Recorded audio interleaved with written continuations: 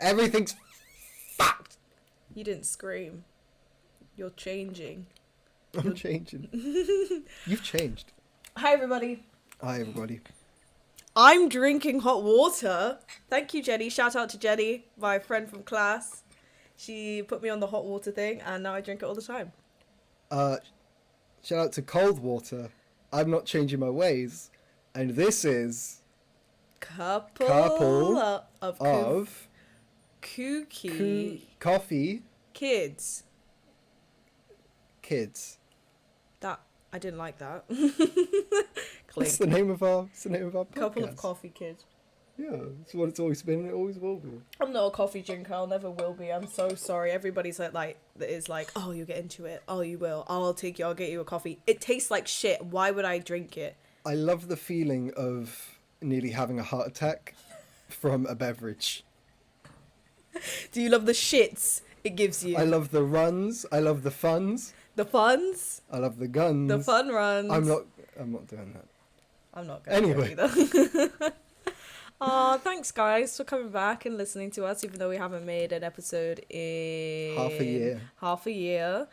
We thought we'd just catch you guys up.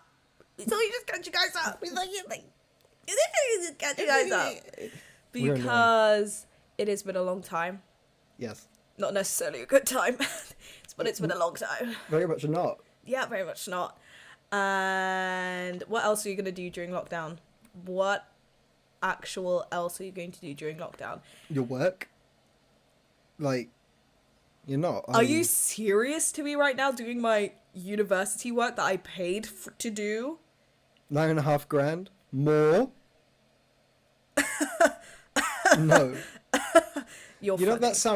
that sounds like a bad idea. I mean, you know what, Marcus? It does sound like a bad idea. That's why we're doing this instead. And we also feel like we just have a lot of feelings to purge publicly. This is our therapy, because we can't afford regular. And we've learnt some things in the tumultuous times, the unprecedented times, the crazy times that every advert tells us it is. And we think that maybe some people would like to hear some of the things we're going through and maybe not feel so alone, because we definitely felt very alone when we were going through them. So alone. So alone. That's a song. Is it? Yeah, I just made it up. Oh. Is it on your next album? Oh yeah, that needs to happen, you know. You know, you need to finish that thing that I do. heard. And I think well, I think we talked about that last time, and that was half a year ago. shut your dirty whore mouth. No, but now I have a way of actually finishing it. I'm just not doing it. Good news. So Glad to hear it. it's coming through. It's happening. Guys, comment, DM us. Tell us how you're doing, what you've learned. What have you learned that makes this lockdown different? Yeah, let us know. Because this one hit different. I think we can all agree. I think we can all agree that this one hit different. Yeah, I just repeated your joke. Did.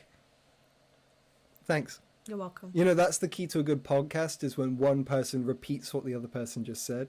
Absolutely. Absolutely. I was gonna do it, and then you did it. Marcus, what have you been watching recently? What have I been watching recently? Sorry, wasn't that just like very natural? You don't have a list of topics. What have you been watching? What have I been watching recently? I watched something which completely blew my mind. It was one of the most wonderful experiences I've had watching something on a screen, and I'm a film student. It was called David Byrne's American Utopia. David Byrne. David Byrne, if in case you don't know who he is, was the lead singer of Talking Heads, and then he went on to do better music. And he had an idea for a stage show, Broadway musical, whatever you want to call it, which is a series of monologues and live performances done by him and an ensemble band, with no wires, no props, no anything, but just him on the stage and you watching. And I'm a big fan of David Byrne. I love his music with all my heart. I love him. He's a wonderful, Wonderful, wonderful, wonderful elderly man. If you don't know who David Byrne is or Talking Heads, it's Psycho Killer. Qu'est-ce que c'est? This is going to sound awful when we sync it up. And once the day go by, let the water. I think I do a pretty good David Byrne impression. That's not bad, actually. It's Thank not you. bad. Because he can't sing very well, and that's part of the charm. Same as it ever was. Times. Stop. Good lord. What was that? And basically, the idea with David Byrne is that David Byrne had a previous concert movie called Stop Making Sense. And that's kind of been his mantra his whole career, is like, stop making sense, make some nonsense. And what this show does is, he's about like 70 years old. He finally made a show where you're watching it, and it's all of the songs from all of the different moments in his career, and suddenly they all start making sense together. You know, you start to realize the messaging behind them, and you start to realize the connection between all of them, which is everything that he's ever made is somehow about human connection and disconnection. And everything he's made is kind of a call for people to come together. And obviously, he's very politically active. He links it to a lot of modern politics. One song is a Janelle Monáe song. What's she talking about? That song? Oh, I don't know that song well. It's amazing. Hell You Talking About, sorry. But he made this musical, and finally, it's, if you're a fan, everything starts to come together. It feels like the culmination of a lifetime of some of the best music ever written into one show that you can just witness in front of you. And it's directed by Spike Lee, who does an amazing job directing it. He adds his flair to it. It is just, I can't express how unbelievable an experience it is. It's one of my favorite experiences I've had watching something on a screen. It's just unbelievable. I cannot wait to watch it. We will watch it And when we are safe to. Yes, and where can we find this film, this musical? Film, musical, who knows? It kind of goes... Where can they find this piece of art? It's a bit hard to find. So, unfortunately, it's not on any streaming services. You have to buy it. HBO Max. HBO Max. So if you're an American or have a VPN, you can get an HBO Max free trial, listen to it, experience it on there. Or if you go onto like Amazon Prime Video, you can rent it for a few pounds. Or if you're like me, you like discs, DVD, Blu-ray, it's on those as well. I can't stress enough how much I think everyone needs to watch American Utopia just once. It's kind of the film that we all need right now. It says more about America than Hamilton was able to, and it doesn't even have a plot. You just made a lot of people angry. But I'm right. You probably are. That's lovely. I can't wait to watch that. It's going to be great. I love when you watch something, not you, just anyone, me included. I love when I watch something. Let me finish. I love when you watch something and it just becomes your personality. Because you love it so much that there is nothing else about you that matters except your love for that thing. That is what And I everyone call around living. you gets so sick of it and you just don't care. I just don't care. That was me with Midnight Gospel. I just did not care. I did not. I'm going to rewatch it. I feel a rewatch coming on. God help us. I gave him a stern look for those listening on Spotify, because I know people are listening on Spotify because they love supporting independent creators. What have I been watching? Thank you for asking. I've been... Pretend It's a City. Pretend It's a City. Where do I start? Fran Lebowitz. Where do I start? I started watching it at the beginning of my lockdown. I was like, first of all, I thought Fran Lebowitz was this like incredibly fashionable man. And I was like, who is this? And I realized it was just an older woman. And I was like, oh, she's got cool hair. And it's directed by Martin Scorsese. Never seen a Martin Scorsese thing. Let me have a click. Let me have a watch, you know. Where's Fran Lebowitz been all my life? Where has she actually been? In her apartment that cost her $20 million. 3 times what she was willing to pay. I know, she's terrible at real estate decisions, as we know. Terrible at real estate. Where has she been all my life? Like, Right. How have I not known about this? Like, I'm at, like, oh, she's just brilliant. Just the absolute rage and unapologetic rage that she exudes is something I aspire to. It's magic. It's something I want to sustain until I'm her age, until I'm 70.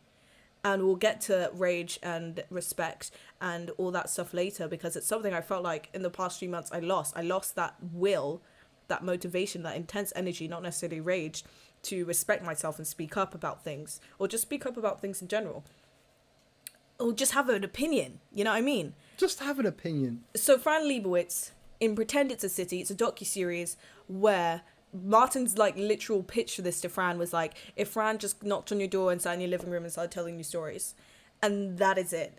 She's just B-roll of her. Who's Fran Lebowitz, for people who don't know? Fran Lebowitz is a writer and humorist.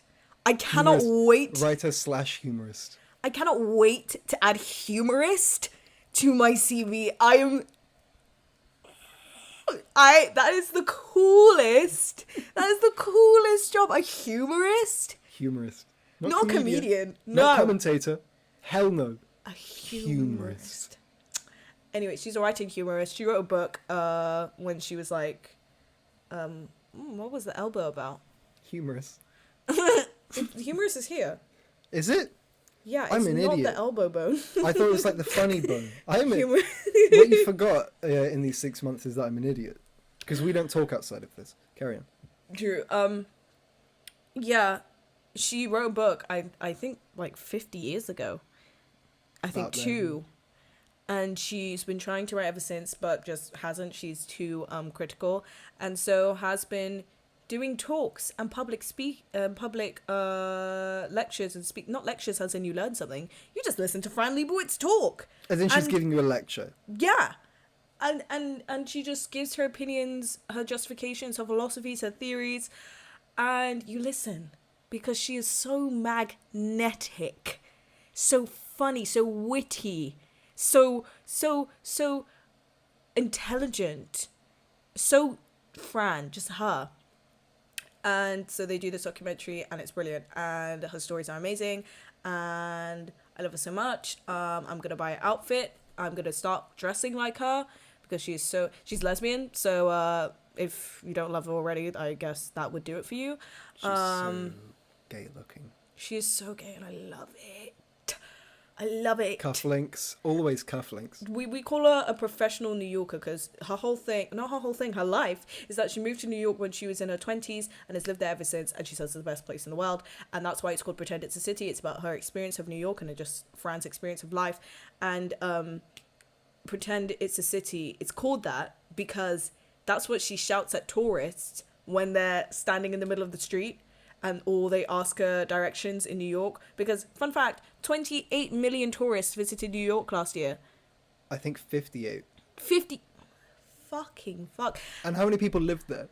8 million. That is crazy. So that's her gripe. Now it's my gripe because I have stolen her personality. We don't even live there with this stuff. Yeah. And she screams at them, pretend it's a city. You know, people have things to do. Pretend it's a city. Don't ask me what I'm doing. Pretend it's a city, okay? At least pretend, you know? So yeah, it's on Netflix right now. Limited release. So everyone go watch it immediately. Actually, finish this and then watch it immediately because you will not regret it. She's so amazing. And if you're like me, you're a male who watches movies. You've already seen a Martin Scorsese film. This is one of his most wonderful, because the whole time as she's talking, you can hear tiny little Marty in the background cracking up at everything with his teeth. With those teeth and those glasses. It's wonderful. It's two adorable, tiny, angry people just having a great time. And honestly, it's a time where everyone's feeling lonely. It's a conversation between you and them. It's wonderful. You'll really love it. Some guest appearances. Olivia Wilde shows up. Spike Lee shows up. I watched Booksmart, and then I watched Perks of Being a I watched it with my little sister. Preface before I said I watched Perks of Being a Wallflower. It's You because weren't my just little sitting there. It's because my 14-year-old sister wanted to watch it, and I said, okay, fine, it's my last night at home. Starring watch it. evil bastard Ezra Miller. Yes. So we watched it, and never watched 2 coming-of-age movies 2 nights in a row, because you will cry, and you will miss coming-of-age period of your life. Not miss, reminisce, nostalgia over. That nostalgia over? Someone Copyright buy the that. rights to that. Buy the rights to that. Write that You down. can do it. Imagine if I just treated you like my assistant. Write that down. I have like a notepad right here. Yeah. Yeah. Well, why did I talk about Booksmart? Because Olivia Wilde directed Booksmart. That's also Yeah. something we've suggested everyone to watch on Prime. Buy it. I It's know on it's not. Prime. You don't have to buy it on Prime anymore. It's You can just just watch on it. Prime. Yeah. Yep. I'm glad that you brought up kind of nostalgia for coming of age and everything, because I'm so confused by it. Because coming of age is quite a wonderful time in life, but I don't know about you, but as I'm getting out of it, I am thinking, thank God. I mean, yeah. I'm 20 years old now. I forget that. That's. Whew! Okay. I know that I'm not a full-grown adult, but I'm no longer a teenager. Yes. And I am like legally and technically an adult in basically every way now. I'm no longer in my teenage years. And I'm so glad to be out of it. I'm so glad to no longer be at that section of life now. I can't wait to just kind of try adulting now. Because I got onto the point where like I really got the whole teenager thing. I tried it for ages. I enjoyed it. I'm done with it. 2 questions. Oh wait, Yes. one of them is not a question. I just want to say Yes. something. Yes. When I say being nostalgia over the teenage times, I don't mean all the terrible stuff about being a teenager. I mean all the grand stuff about being 18 and meeting you and Michaela and having the best summer of my life, even though I That didn't stuff was leave my fun. hometown. That's what I was like over, because I was like, fucking hell, I miss my friends. 2, what do you define it? I feel like because don't forget, we and you were teenagers at the same time, and our experiences weren't that dissimilar. I feel like you define teenagerhood as like going to parties, having fun. I went to like 4 from the whole of like 13 to 18. I went to... You went to like 2, innit? I went to like 1.5. There you go. I went to 1.5. But I think you think being a teenager is like doing That kind all of- of it. that But kind of stuff. that bit is by choice. You get what I mean? Yeah, but that kind of stuff, I tried it and it wasn't really for me. But that's not teenager stuff. That's just, I don't know what is it. I don't know. Cliche teenager stuff. Cliche like partying, teenager that stuff, kind yeah. of thing. I tried the cliche teenager stuff. It really just wasn't for me. I don't really enjoy parties. I like being inside with like 3 people who I know and I like. And I don't like blasting music and drinking. We'll get on to drinking. Why in don't a you just bit. get it on now? Yeah, fuck it. Let's talk about it. So here's what we actually came to talk about: the catch up, the things that we have changed about ourselves in the past pandemic. Because if you haven't looked outside or checked the news, there is a pandemic and Britain is handling it appallingly, to say the least. This is true. We have objectively done a really bad job. Not we. Boris has done a really bad job. Don't lump me Hey, in. and Matt Hancock. And Matt Hancock. And every other And the bastard Chancellor. who messed it all up. Every single fucking one of them. I'm disgusted by this country. I'm sad. And I need Boris to resign immediately. I'm surprised he hasn't yet. I need him to do it soon. Because this is a joke. This is a joke. This is Anyways. a joke. So the biggest changes in my life were love life, which we will not get into and I will not elaborate on further. Then why would you say it? Because I wanted to acknowledge it. Okay. We had a whole episode on this kind of stuff before. Just letting you know. Basically, been Marcus updates which is you will less not get. lonely than me. Yes. Which is, Happy for The him. other one is I quit drinking a few months ago because I had a big drinking problem, which I don't know. I'm reluctant to call alcoholism because of two things. First off, I think it's the fear and desire to undermine what I went through. But second, I don't think that it actually went to the extreme at which it would become alcoholism. But I did have a drinking problem for a while. Just like drinking when nobody else was around to a large extent in order to, when people were around, to be more comfortable.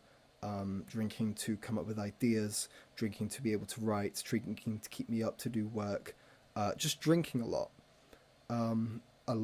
And it got to the point where it was actually the first time I ever tried vodka. I think it was somewhere between like 6 and 8 shots of vodka, and I felt actually just completely nothing. I got no buzz from it or anything. And then the next day I was just like really ill. And I went through that, and my brain just went, that is the last time you're ever doing that. Like that's just going to be it. Like my brain it was just the logic of my brain was like, we've done this enough now to the point at which we don't get anything from it. And that was when I decided to stop. But it's been very, very difficult to stay sober. I have stayed sober. Well done. At the time of recording this, no relapses of any sort, but it's been very, very difficult, especially during a pandemic. As someone with mental illness, it was formerly a crutch for me, and to have that crutch taken away has been ridiculously difficult, especially at a time which has been tolling for a lot of people's mental illnesses. So it was an incredible big challenge, but as of yet, I am yet to move back into my previous behaviours, and I'm working on it, and that's been my biggest change since the last time we all spoke. Wow, well done. Yeah. In short, you were alcohol dependent. Completely. Realized the effect it was having on your body. Decided not to push the limits of your body anymore. And become sober. Yeah. It's, I think that a lot of people who have mental illness naturally move towards addictions. Whether those addictions be just playing video games or being on your phone for 8 hours a day, or drinking or doing drugs, masturbating, massively common one, which I have problems with. I will be very open about that. I'm also working on that. But for me, it was drinking. Drinking was just a wonderful thing for a while. It was just like a stop button on mental illness, and then the next day it would come back, obviously. But I'd had a few nights where I'd drank and then been lying in bed and then suddenly have like a dangerous thought, and before I'd even processed the thought, I'd felt the fear of it, and then suddenly I get that jolt of fear of just like, what the fuck, what did I just think, you know? And so that scared me enough to move away from it as well. But yeah, it just, and people who do suffer from mental illness, people who are relapsing into addictive behaviors, please go easy on yourself, because everyone I know who has a problem of some sort wants to go back into indulging that problem during these times. You might make mistakes. You probably will make mistakes at some point. You just have to keep moving on from that. Day by day. Cable. Bit by bit. I have that written on my wall. Good. I would say bit by bit. Little chunks, as we say. Keep working bit by bit. Yeah, absolutely. Like, first, yeah, really proud of you for doing that. Really, really proud of you for doing that. Really proud of you for sustaining that. Not to say if you relapse, I would, like, hate you. That's not what I mean. I mean, like, you're taking steps, and this is something you're definitely going to reflect on and be proud of, and pat yourself on the back for doing relapse or not. You know what I mean? Because this is, like, learning experience in it. And well done, especially like talking about it openly too, because I feel like there's a lot of not enough talk about drug addiction and alcohol addiction, especially for people our age, because as we were talking before, this is the 20s cliche is that you go partying, you drink, you do drugs, you do or everything fucking ever, you like get it all done in your 20s and then you're done when you turn like 27, and like life, not even 27, oh god, like 25. And life is all grand after that. But that's very dangerous, because that leads to people, many people I know, becoming drug and alcohol dependent, and think that that it is just them just, you know, having a good time, not a long time, but unawarely realizing that they are affecting their mental health and their day-to-day lives because they are dependent on this. And acknowledging that problem is hard in itself, especially when society's telling you, it's fine, you have a problem, it's fine, you're just a kid, you know? What you have to remember is that the reason why drugs and alcohol are so fun, because they are. That's not a period. Is because they make you turbulent. They don't make you happier. They don't make you sadder inherently. They make you turbulent. What do you mean by that, turbulent? As in, drugs and alcohol make highs higher and lows lower. They escalate all of these emotions to very high and low standards. And we can alter those through our mentalities, obviously. But if you imagine that we move like this, your brain, when it's on drugs and alcohol, it starts to move like that. You know what I mean? And at least it did for me. And what it means is that sometimes you can just be out of control of your emotions. And that can be fun if you're the kind of person who enjoys that, and it can be an escape if you're the kind of person who escapes in it. But for some of us, it's just it's just a pathway to an escalated emotional state, and if your emotional state isn't already good and it escalates, then it becomes dangerous. It's as simple as that. Simple as that. Yeah, I don't think I have addictive personality. I'm yet to reflect on whether I have addictive personality or not. Did you just cough? Was it dry? Was that one dry? It was wet as fuck. Okay, good. Great. No COVID here, guys. Oh, also, I caught COVID in November, and I've recovered from it now. And COVID-19. You got it pretty mild, though. Whew. That was a rough time. Jeez, that was rough. Yeah, you don't want COVID, guys. It's not fun. All I have to say is thank God that my body is at its healthiest right now, because if it wasn't, that would have bulldozed me. That illness would have bulldozed. I'm telling you, I sing and dance every single day. I didn't feel breathlessness until the weekend, where I had the chance to lie down for more than half an hour. And even then, I was suffering from extreme fatigue because I was singing and dancing. Anyways, and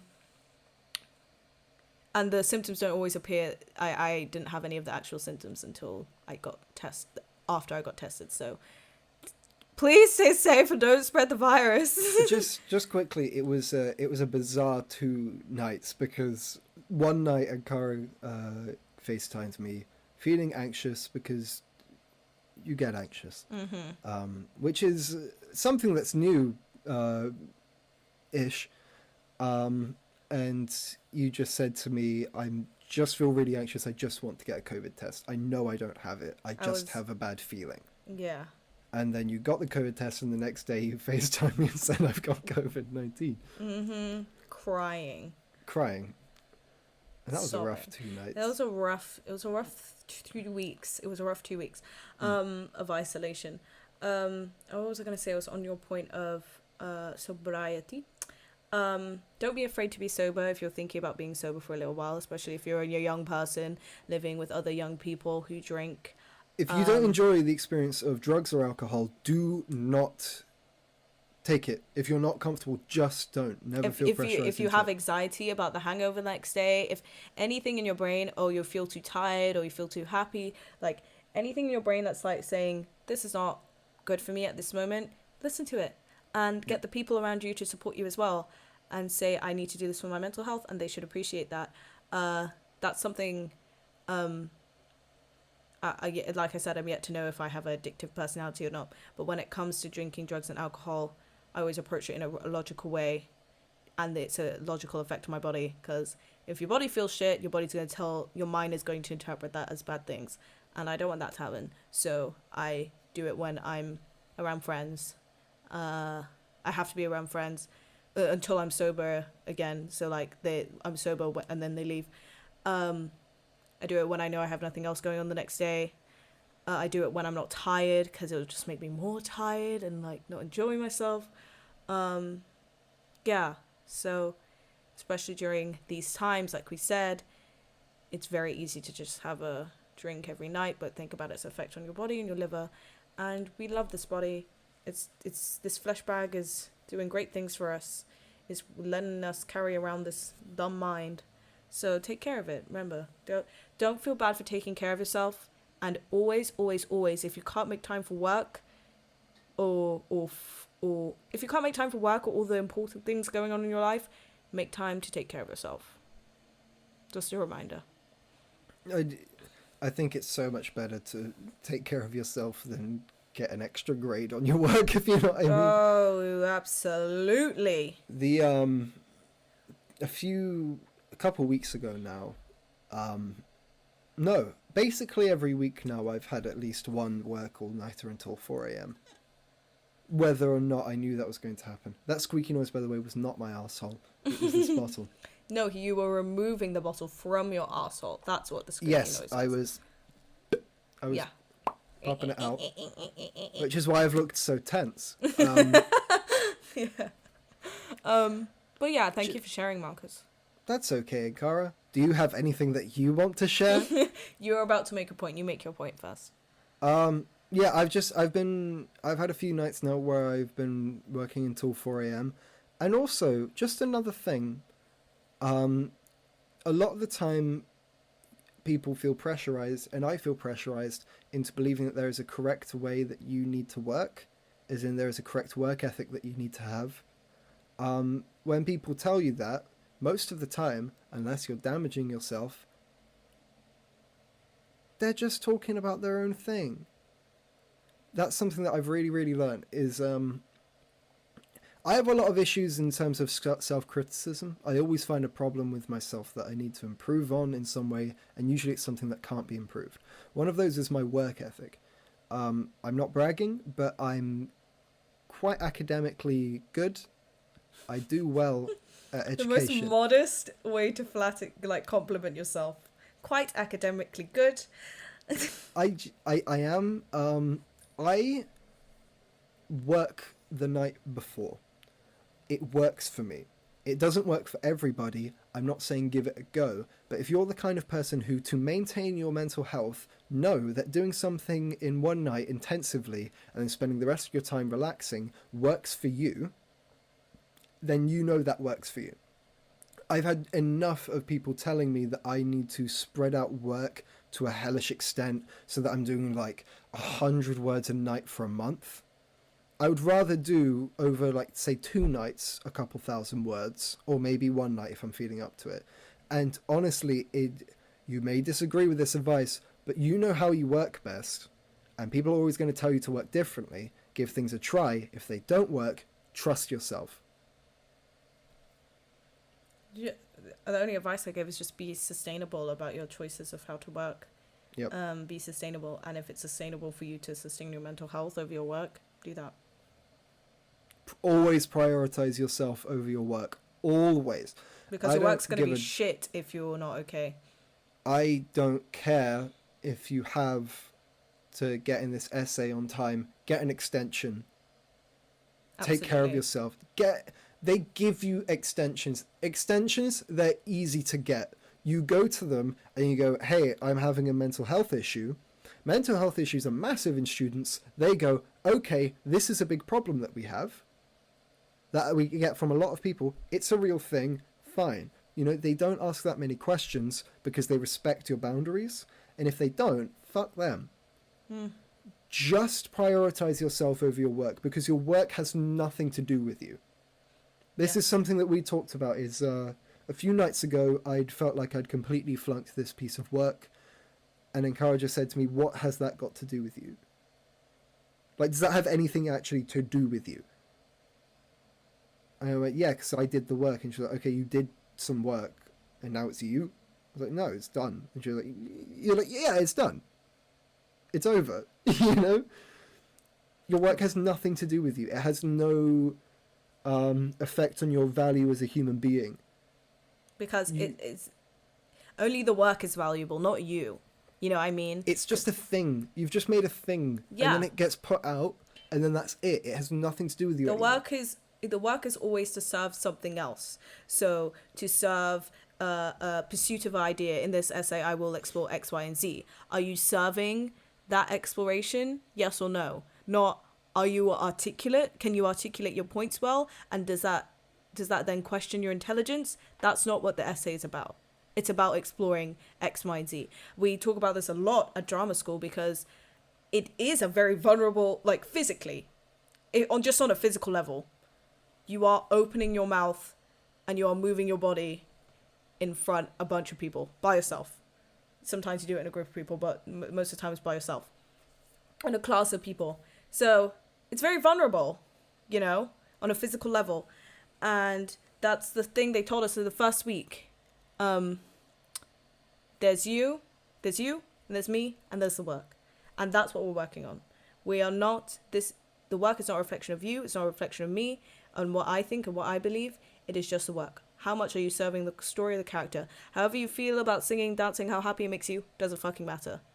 Because in this world, when you're on a stage, when you're performing that character, what matters is, to that character is what they are saying, not what Nkara is going to eat when they get home. You know what I mean?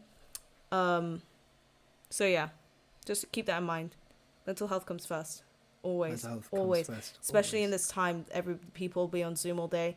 Comes first all day. Take a fucking break. Go on a fucking walk tomorrow. If you haven't left your house today or yet the day before, go on step outside wherever you live. Just stand outside in front of the building and just get some open air.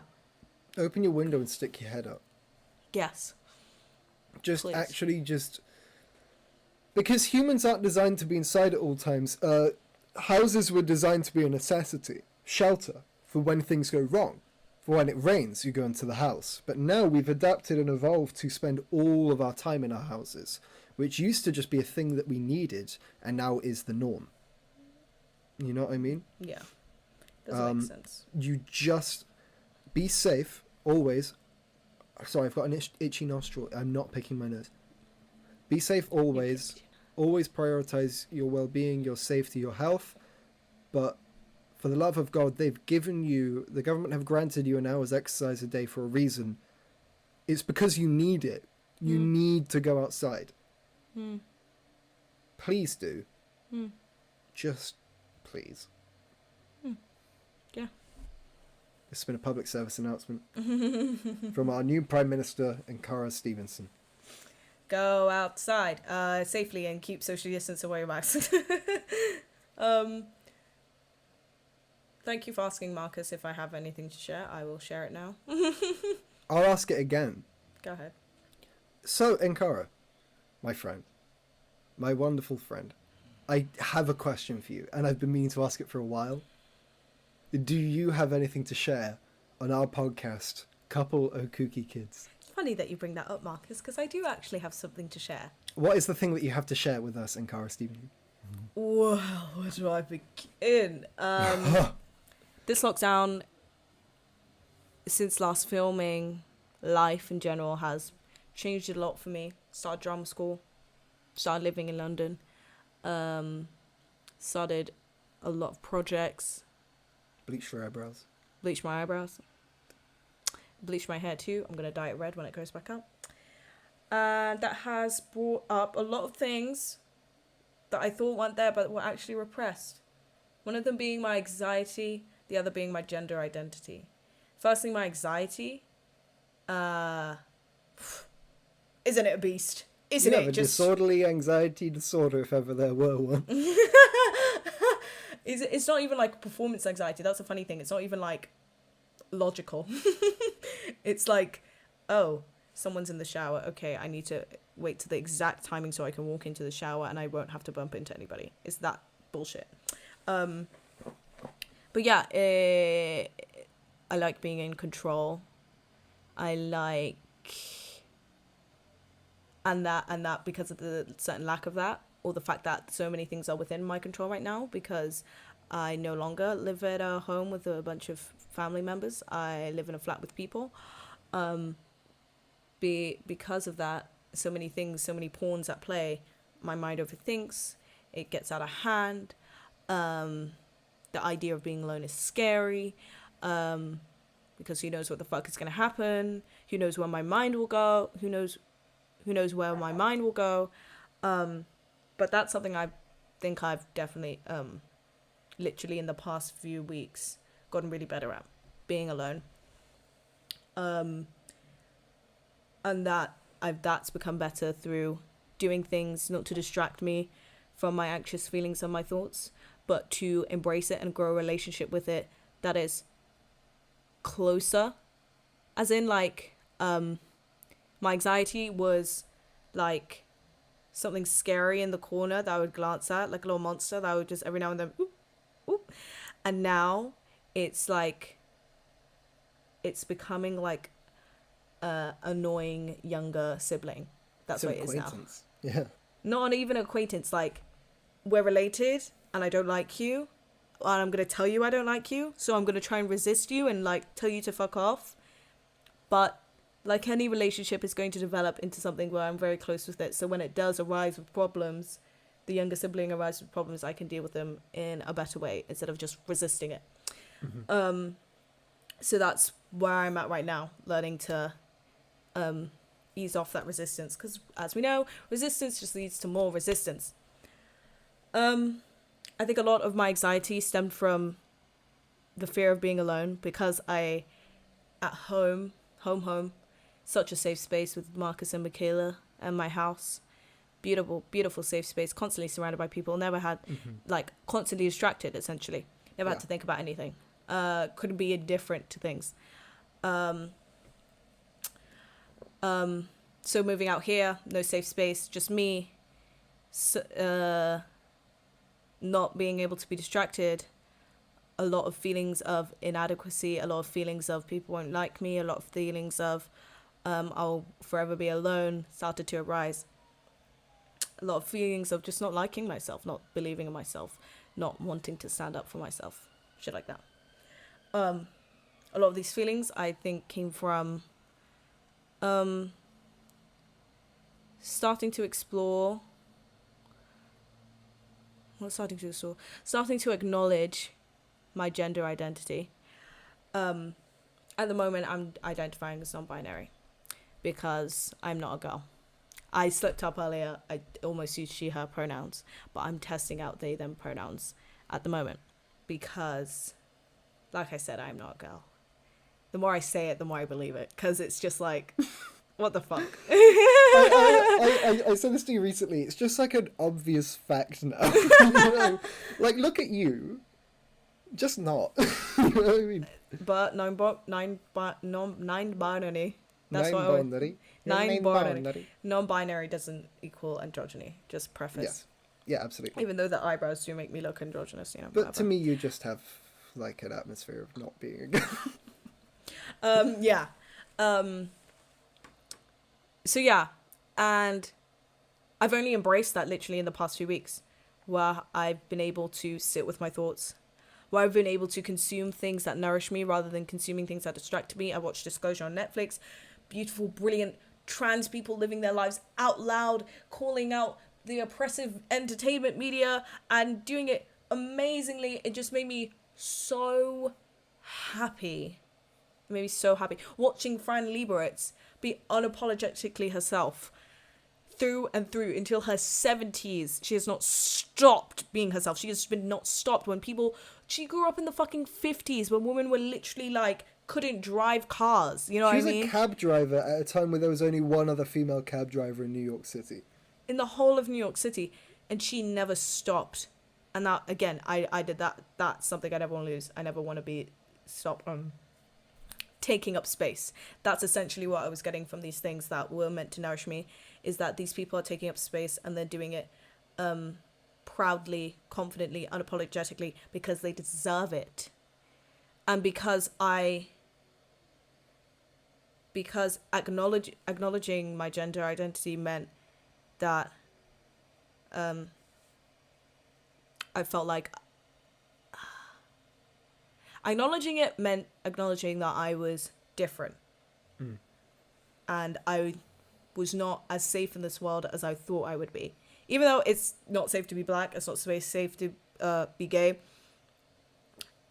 it's also not safe to be non-binary. So my fear being, if people knew this, they wouldn't like me. I'm just fussy and sensitive, and what I'm feeling, I just need to get over. One of the big ones, people won't like me. They won't respect me. They won't respect me. How can I? They won't respect you. They won't acknowledge you as who you are. They won't acknowledge that I exist. Period. Just sheer ignorance towards your own existence. You know what I mean? Yeah. So that made me shrink. I shrunk myself for like months. For months. And I only realized this until we had this acting exercise where we're doing a movement module right now, and one of the first lessons was, okay, move like you are taking up space. And I was like, oh, this is weird. I never do this, like I never walk around like this, or I never like throw things out or just like wave my short limbs about. And I was like, okay, now move like you're not taking up space. The breath was in my chest. It was not relaxed. The body was not relaxed. I was moving like I didn't want to leave a trace.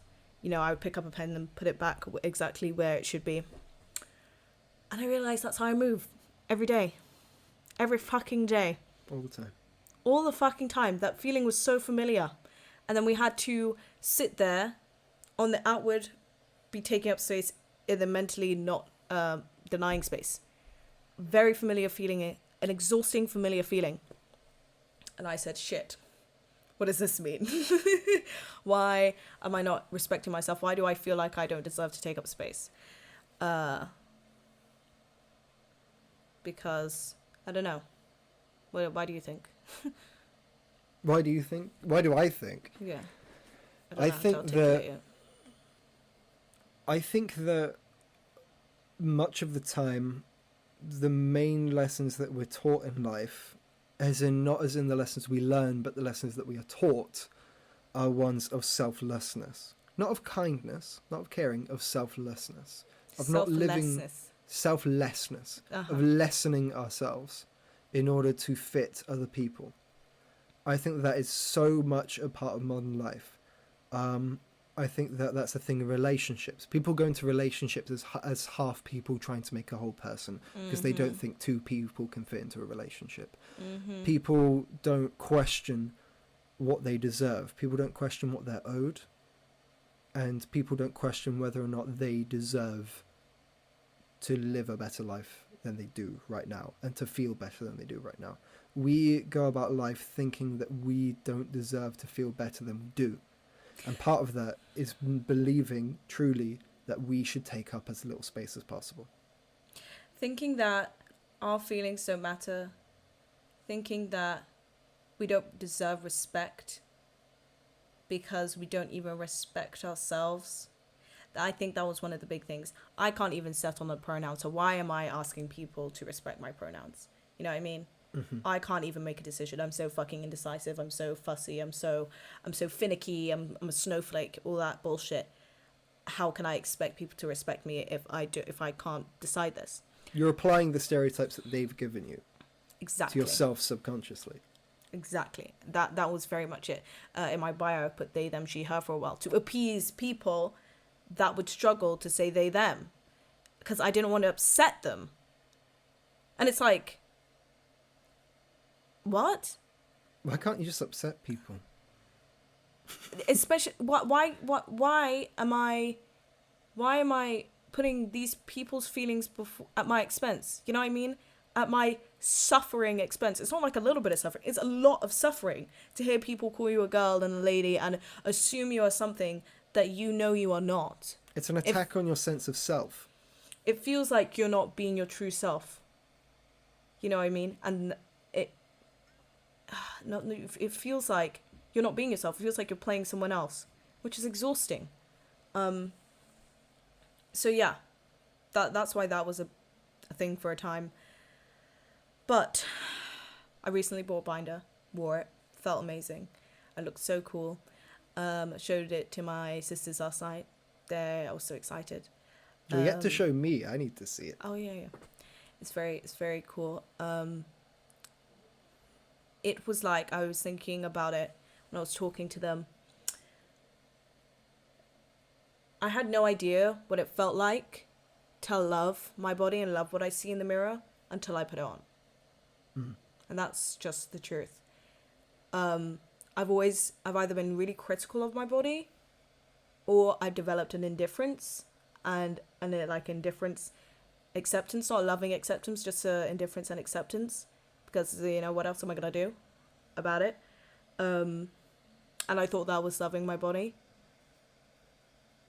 but it wasn't until I put that thing on, until I tried on all my favorite t-shirts, and I was just couldn't stop smiling. I was so excited and enamored and so like fascinated, couldn't believe that what I was looking at was me. You know what I mean? Yeah. And that's where I'm at now. Every now and then ideas pop into my mind about more decisions that I feel like I have to make right now, and I have to explain to people, like, oh, well, then are you going to chop your boobs off? Oh, are you going to, how far are you going to go with this? How masculine do you want to be? And it's like, my sister said, let yourself enjoy those moments, of happiness, of love and acceptance of yourself. You don't have to make big decisions now. All you can do now is accept and live in the moment that you're given, that you give yourself. So that's what I'm doing at the moment. And that's why it's much easier for me to say I'm not a girl, because that experience of trying on the binary itself just really proved to me, like, I'm not a girl. Well, no. What? No. And it's weird. It's crazy, because you always hear about trans people talk about wanting to make the outside look like the inside. And you're like, oh, well, God, can't you just accept what's there? And it's like, when something brings you so much joy, why wouldn't you do it? Exactly. Why would it? That's why I dyed my hair and my eyebrows when I was feeling so anxious and sad. Because every time I turned on the Zoom camera and I saw that my hair was matching my top, instant like, what? That's so fun. That's so fun, Yeah. And there was one more thing I wanted to say. I can't remember. Yeah, it was just, when I tried it on, a lot of stuff came up. That vision of myself had been in the recesses of my mind. It was literally like, my mind did here's a bag of my life. It was and the my one memories. Lego piece you're looking for in the bag of Lego pieces. The one that you can just never find, but it's always there. It was always there. Yes, my mind's eye reached down into the big pit of Lego pieces and drew this one out, and then I put it on the little thing that is the Lego piece, Lego little statue of me, and because I literally haven't thought about that. Well, every now and then it pops up, but I haven't thought about actually committing to looking masculine, or what it would be like to be a masculine presenting person in detail, since I was I want to say 6. I want to say 6. You've subconsciously denied this part of yourself for 13 years. Yeah, I really want to say 6, because 6 or 9. But 9, I would just look at myself, pose a certain way, and think about it. But 6, did I actually like actively think about it as a choice, as like something I could do?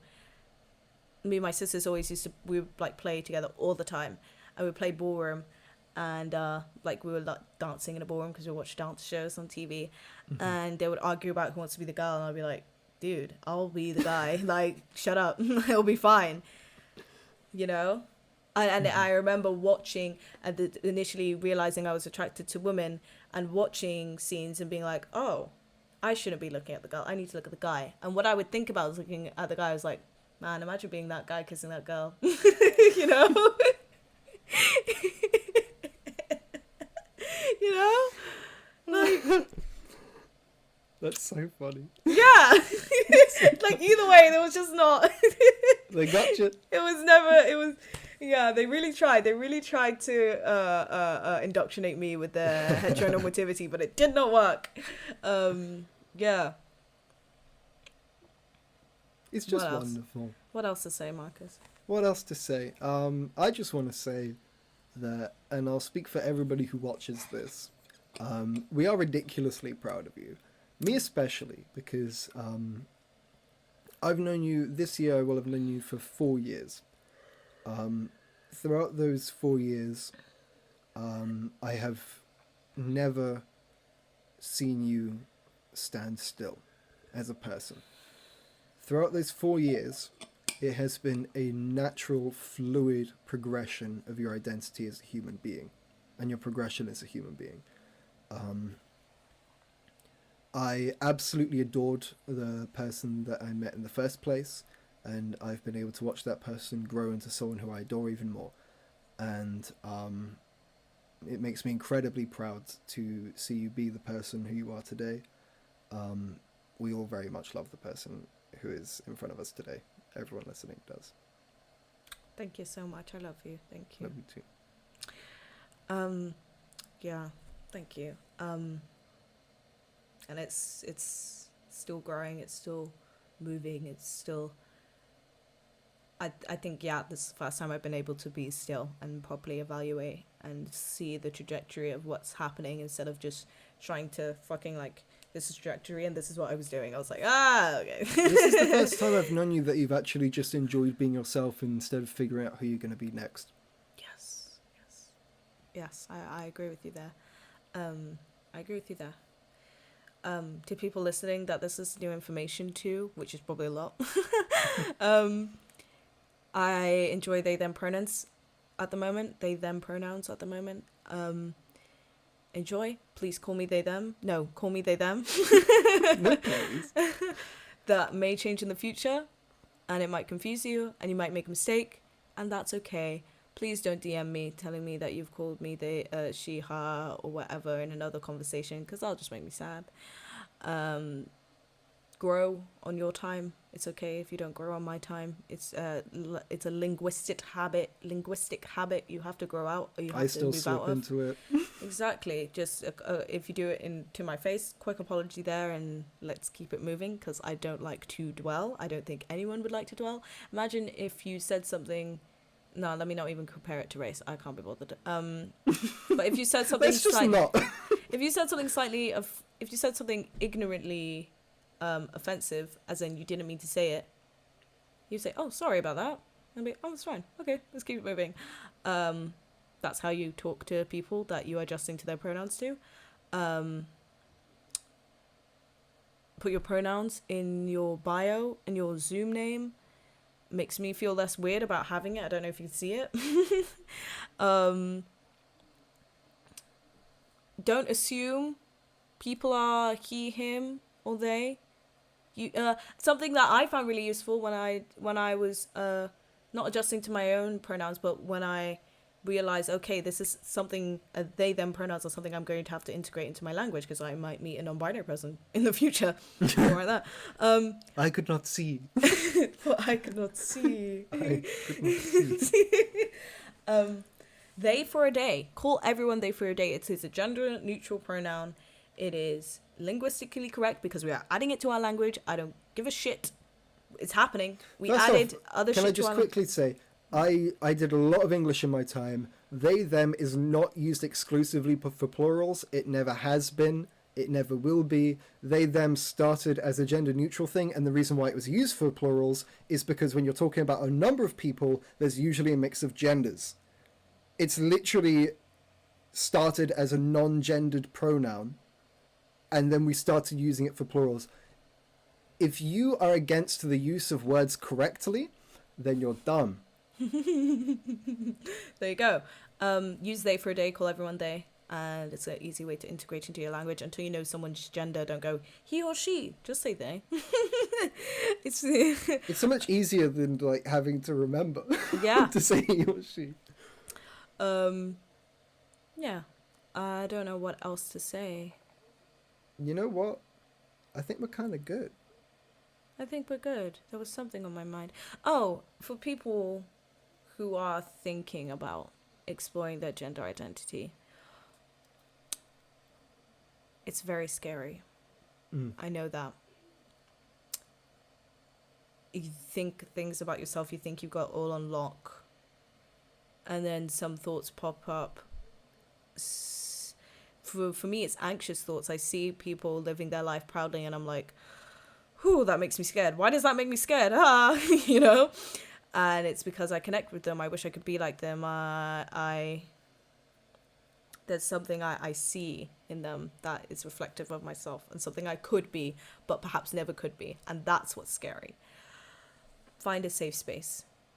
Zoom in to follow people like you on Instagram and go to their Zoom meetings. Something I read when I was first, like, these thoughts first started popping up into my head. I just read articles like, how do you know you're non-binary, da-da-da. And one of the things was start writing, start expressing how you feel in, like, journal form or pictures or whatever, and start building this fantastical image of yourself. If nothing else in the world was, if everything in the world was fine, what would you look like? Things you would wear, what you would call yourself, what you would sound like, what your hair would look like.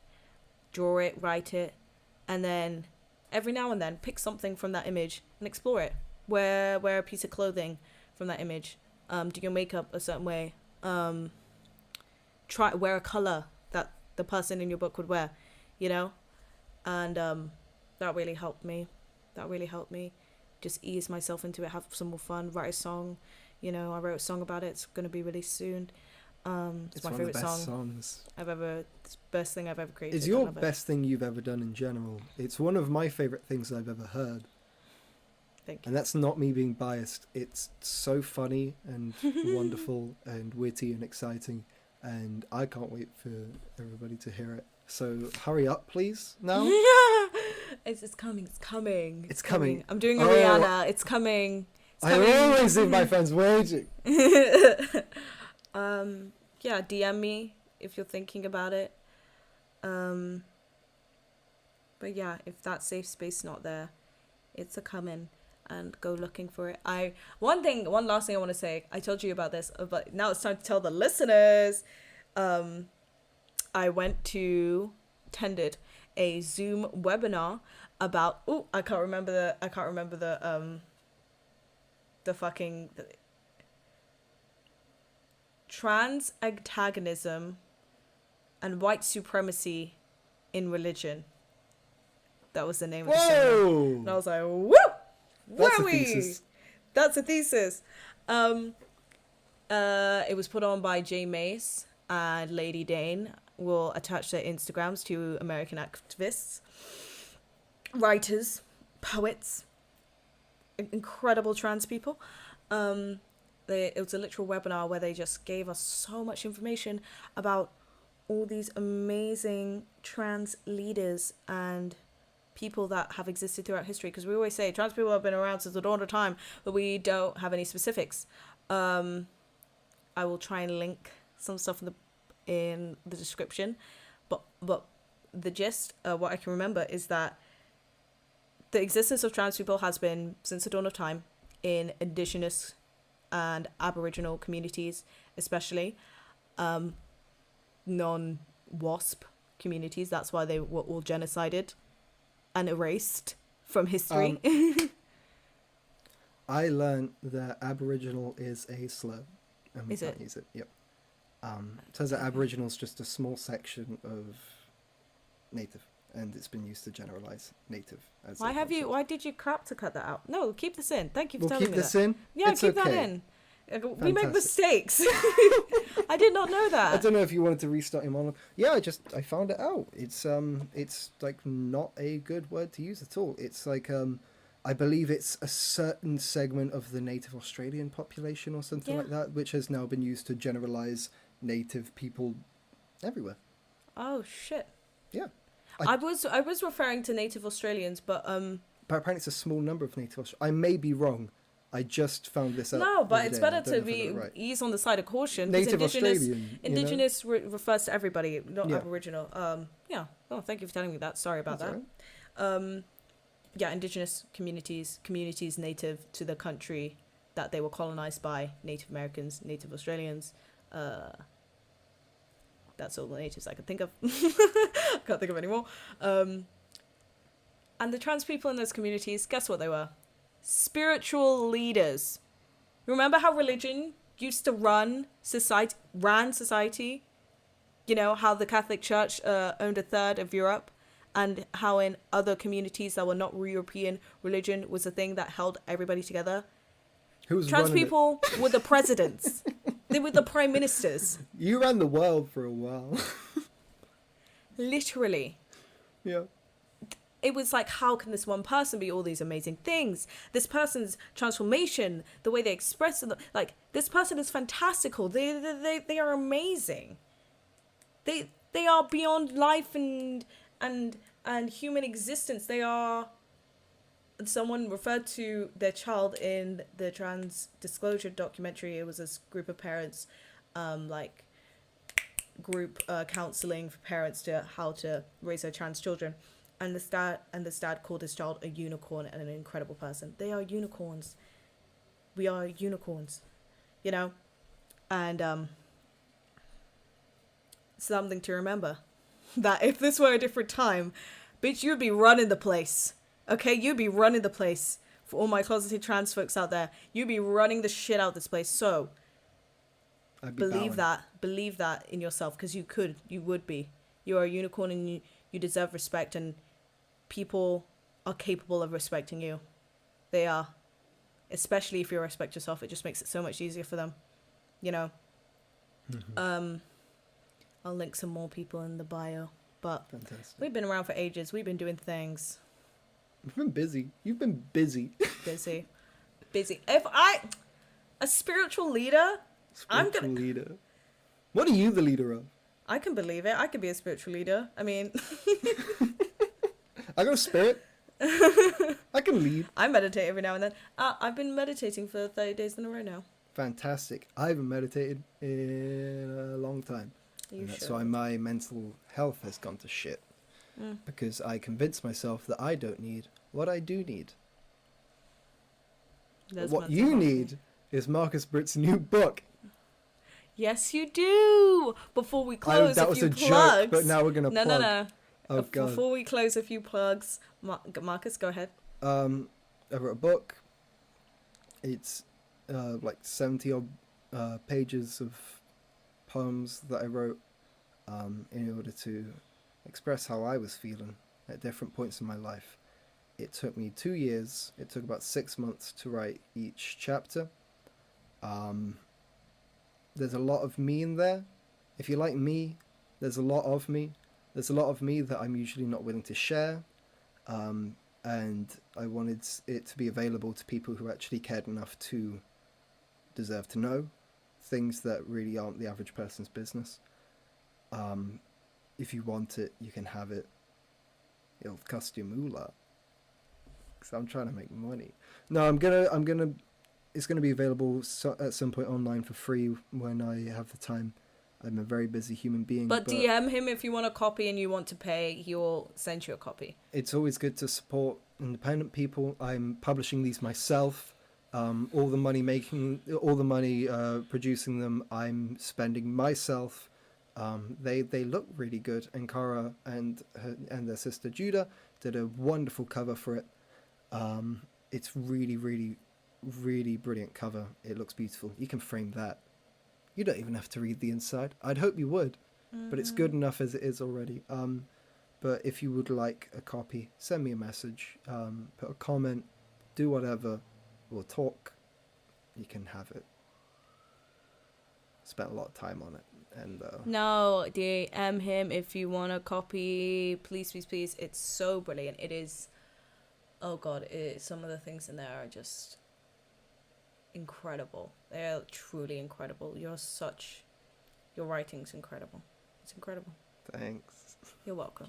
I don't like compliments, and that's something that I'm working on at the minute because I don't think I deserve them. Also, comment down below. What are you working on right now? What are you doing? What are you meant to be doing instead of listening to this? Yeah.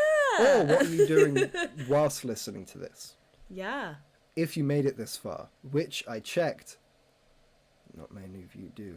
We checked the analytics. You lovely handful. We checked the statistics. No, this is a pretty short episode, so I You happy feel few. like we've got a fair bit of people who made it to the end. So thank you Hopefully. for listening, guys. Thank you so much. Sorry it took half a year. Hopefully next time it won't take half a year. I'm planning on putting on the film podcast soon. I will be having guests. We will talk about movies. Me and Nkara will be talking about some of our favourite movies, like The Kissing Booth and Cats, and The Kissing Booth 2, Tall Girl. Tall Girl. We're actually After we collided. We're gonna have a separate podcast for the After series based on not Harry Styles. After Not We having Collided. sex with not the author. After We Collided is 50 Shades of Grey, but With One Direction. no, not even close to Harry Styles because he's a bad boy. But with 20-year-olds. And it's diabolical.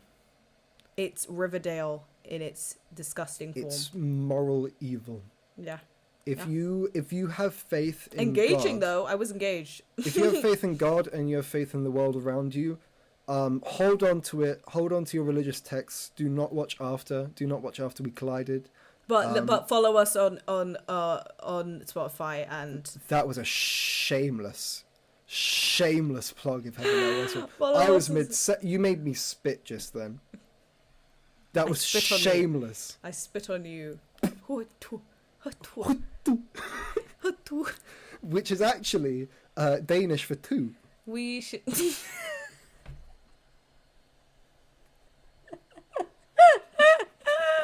was so funny. Oh God. We should wrap this up. We've been We should wrapping wrap this this up up. for over Thank you so minute. much. We love you very much. Nkara, you're cool. You're cool. Thanks. Thank you for listening. And We you're do cool love for you so listening. much. Stop talking over me. Sorry? Fucking Sorry, hell. Carry on. Thank you so much for listening. And if you hit the bell, you'll get a notification in 6 months' time. Yeah, we love you for listening. Thank you for letting us be vulnerable. Thank you for DMing us. If I don't reply to you, it's because I haven't been looking at my phone because I hate looking at my phone. So thanks. Bye. We're going to go cry now.